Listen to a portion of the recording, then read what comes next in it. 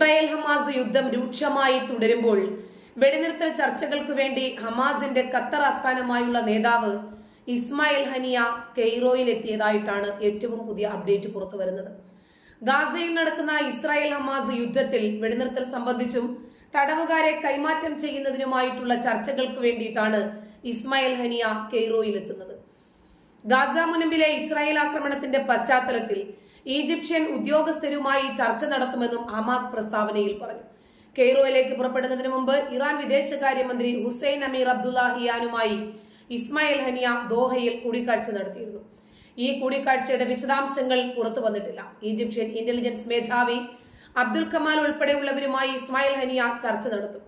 ആക്രമണവും യുദ്ധവും നിർത്തലാക്കുന്നതിനും തടവുകാരെ വിട്ടയക്കുന്നതിനുമുള്ള കരാർ തയ്യാറാക്കുന്നതിന് ഗാസ മുനമ്പിൽ ഏർപ്പെടുത്തിയ ഉപരോധം അവസാനിപ്പിക്കുന്നത് സംബന്ധിച്ചും ഹനിയയുടെ നേതൃത്വത്തിലുള്ള സംഘം ചർച്ച നടത്തും.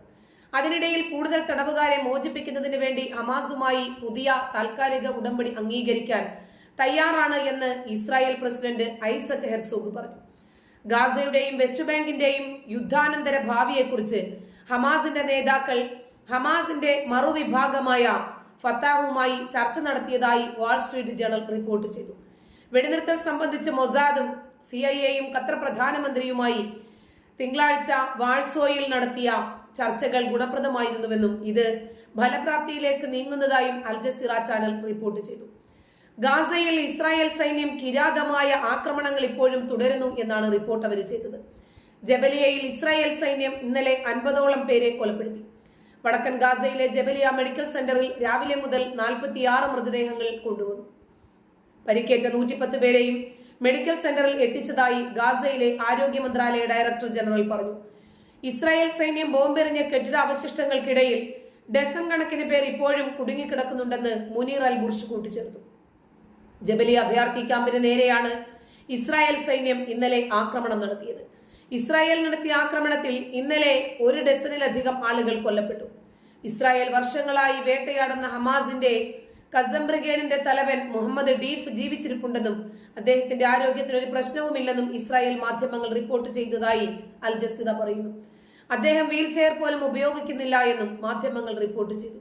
ഗാസ മുനമ്പിൽ നിന്ന് ചിത്രീകരിച്ച വീഡിയോയിലാണ് ഇക്കാര്യമുള്ളത്. ഇതുവരെ 7 വധശ്രമങ്ങളിൽ നിന്ന് അദ്ദേഹം രക്ഷപ്പെട്ടിട്ടുണ്ട് എന്ന് ധീരയോദ്ധാവായിട്ടാണ് അദ്ദേഹത്തെ പല മാധ്യമങ്ങളും പരിചയപ്പെടുത്തുന്നത്.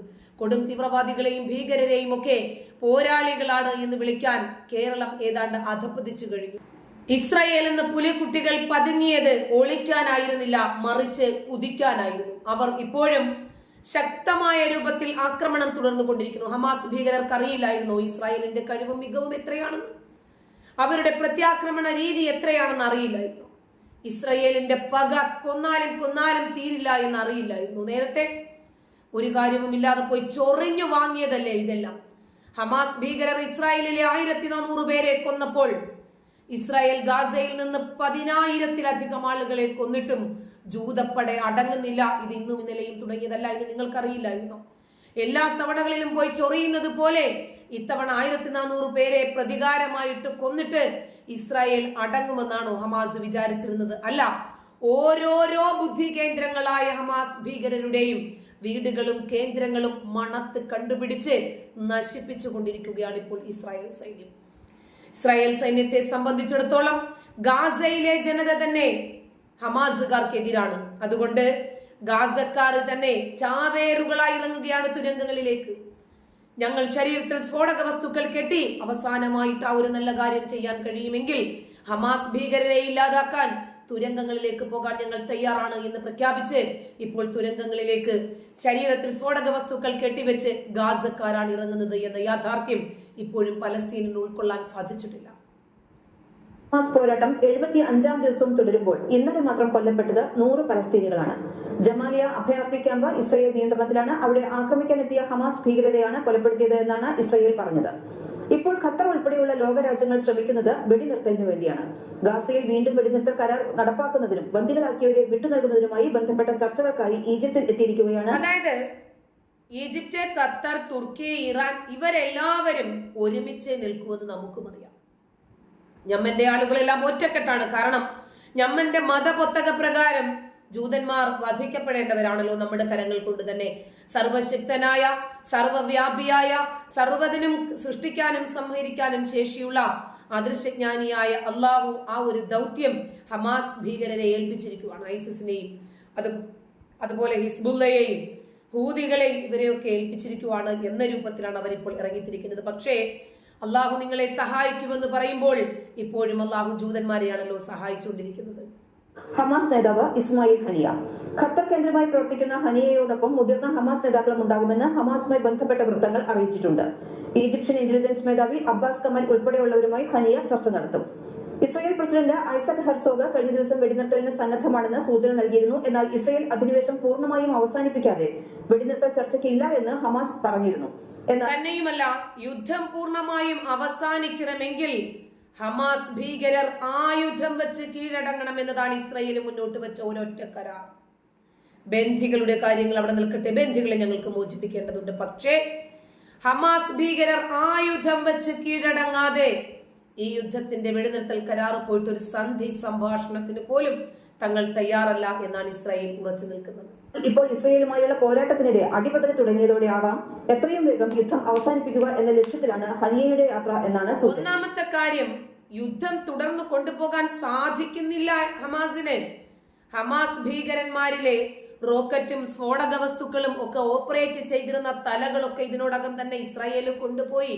ഭീകരാക്രമണം പ്ലാൻ ചെയ്തിരുന്ന പോരാളികളെന്ന് കേരളക്കാര് പറഞ്ഞിരുന്ന ഭീകരന്മാരായ ഭീരുക്കളൊക്കെ മാളത്തിൽ ഒളിച്ചിരിക്കുവാണ്. എങ്ങനെ യുദ്ധം മുന്നോട്ട് കൊണ്ടുപോകും? ഗാസയിൽ അവശേഷിക്കുന്ന ഒരൊറ്റ കെട്ടിടം പോലും ഇല്ലാത്ത ഒരവസ്ഥയെത്തി.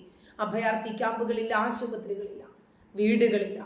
10,000 കഴിഞ്ഞ് 11,000-ലേക്ക് മരണം കടന്നുകൊണ്ടിരിക്കുമ്പോൾ യുദ്ധം ഒന്ന് നിർത്തണേ എന്ന് പറഞ്ഞ് ഈജിപ്തിന്റെ കാല് പിടിച്ച് കരയാൻ ഇസ്മായിൽ ഹനിയ എത്തി.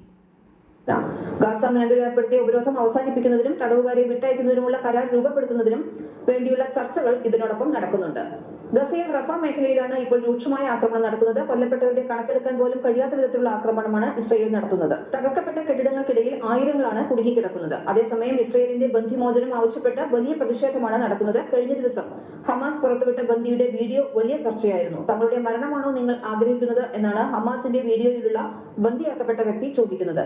ഇതിനിടെ അമേരിക്കയുടെ ആവശ്യം വെടിനിർത്തൽ എന്ന വാക്കിന് പകരം പോസ് എന്ന് ഉപയോഗിക്കണം എന്നാണ്.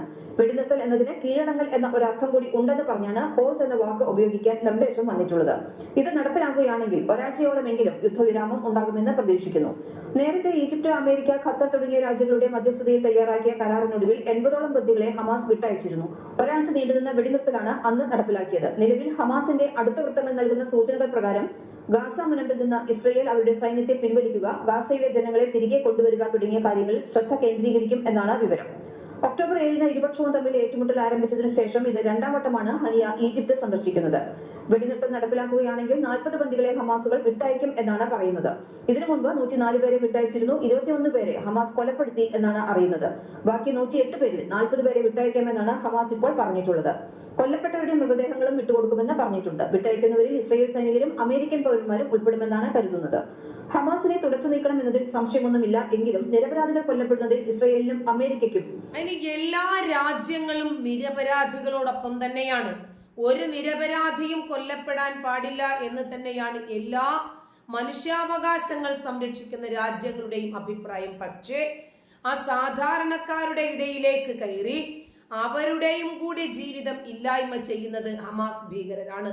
അവർ വേഷം മാറി വ്യത്യസ്തമായ വേഷങ്ങളിൽ കണ്ണുകെട്ടിയും കാലുകെട്ടിയും തലകെട്ടിയും ഇസ്രായേൽ സൈനികരുടെ കാപട്യ വേഷം ധരിച്ചുമൊക്കെ ഇസ്രായേൽ സൈനികരാണ് എന്ന് മറ്റുള്ളവരെ കണ്ട് കബളിപ്പിക്കാൻ വേണ്ടി അത്തരം വേഷം ധരിച്ചുമൊക്കെ സാധാരണക്കാർക്ക് കൂടി പ്രശ്നമുണ്ടാക്കിക്കൊണ്ടിരിക്കുന്നത് ഹമാസ് ഭീകരരാണ്.